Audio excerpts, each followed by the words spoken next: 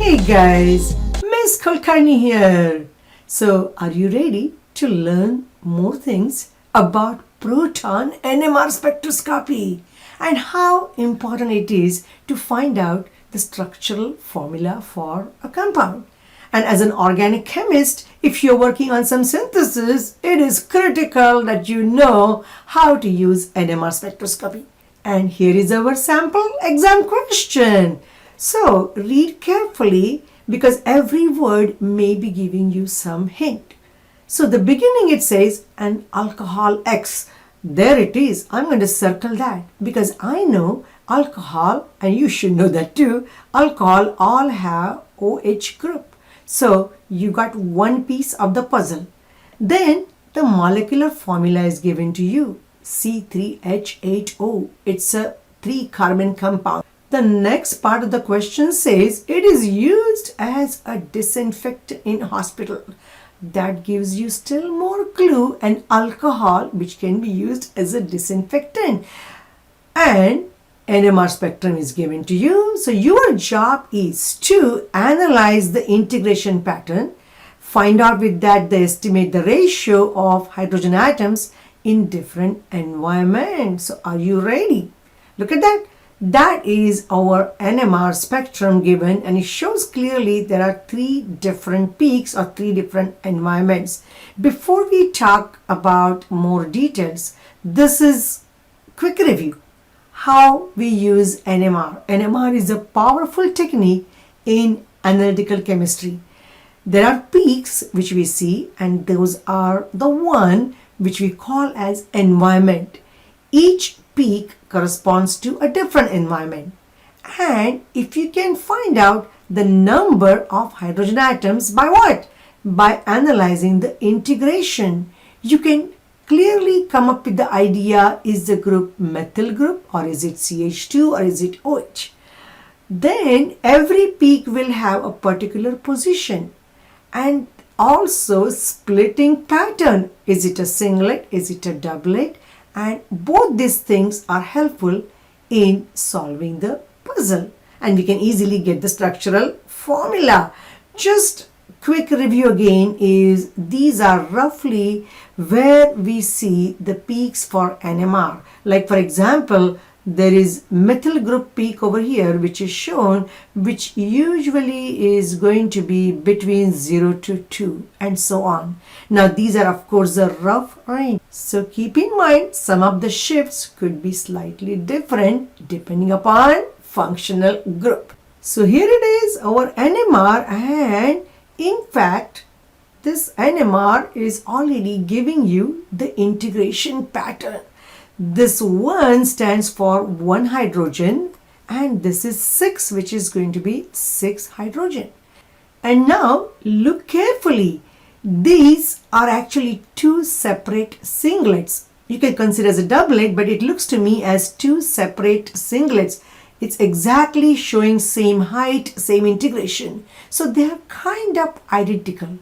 So 6 hydrogen atom, if it's a 2 double different peaks, what do you have? You probably have a methyl group and probably you have 2 methyl groups, and that's just an idea. You can also check the shift, and that is 1. So you have to make sure, does it follow within the range? Let's check that out.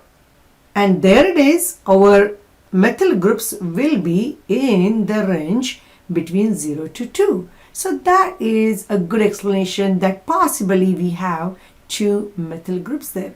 To make it easier to explain, I'm going to actually write down that as peak A. This will be my peak B, and this is going to be my peak C, which we got.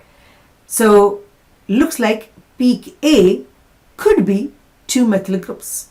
Let's focus on the peak B. You can see clearly it is a singlet.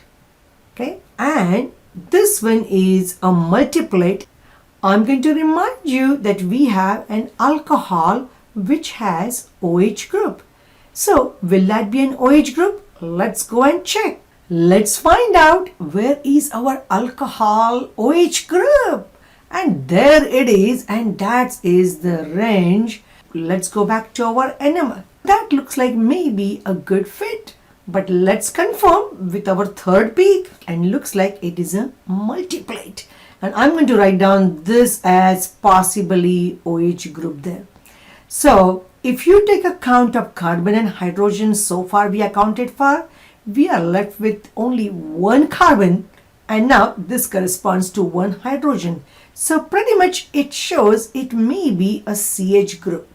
And since it's coupling, probably it is linked to other carbon atoms too. So that gives you some clue to start the structure. Let's put the pieces together and see if it is going to be a perfect fit. This is what we got so far. That's our molecular formula, C3H8O.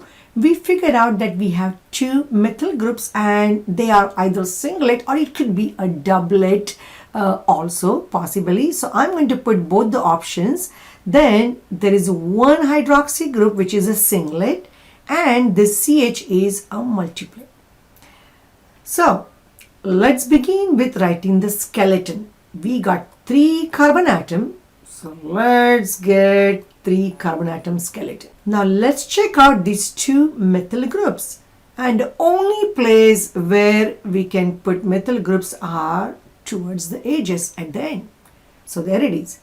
Then we have an alcohol, OH. So that is the only place we can put OH. And then if you think we have an hydrogen CH group there, you can probably put that on this carbon atom. And now go back and justify whether our NMR matches with the structure or not. So there it is. We got 2 methyl groups.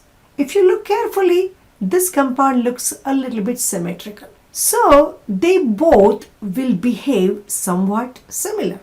And there is a hydrogen on the neighboring carbon atom, so it can show as a doublet. And how about this CH group? It can couple with these 2 methyl groups. So that's why it can actually very well show a multiplate. So the singlet, multiplate, everything looks good for methyl group and CH. For OH, usually hydroxide group is shown as a singlet. So that justifies the integration and splitting pattern very well. And as per this NMR correlation chart, looks like we got the shifts for every single peak also quite matching. So it looks like we solved the problem. That is the correct structural formula for the molecular formula which is given to us. And what is the name? It's a 3 carbon compound alcohol. And if you number the carbon atoms at position 2, we got OH. So it is 2-propanol, or it's also propan 2OL. We also call this compound as isopropanol. So now go back with the clue. It is used as a disinfectant in hospitals. So there you go, guys. We could solve the structural formula using a proton NMR spectroscopy. I hope you guys enjoyed the video, and I will see you again in next video. Stay tuned. Bye-bye.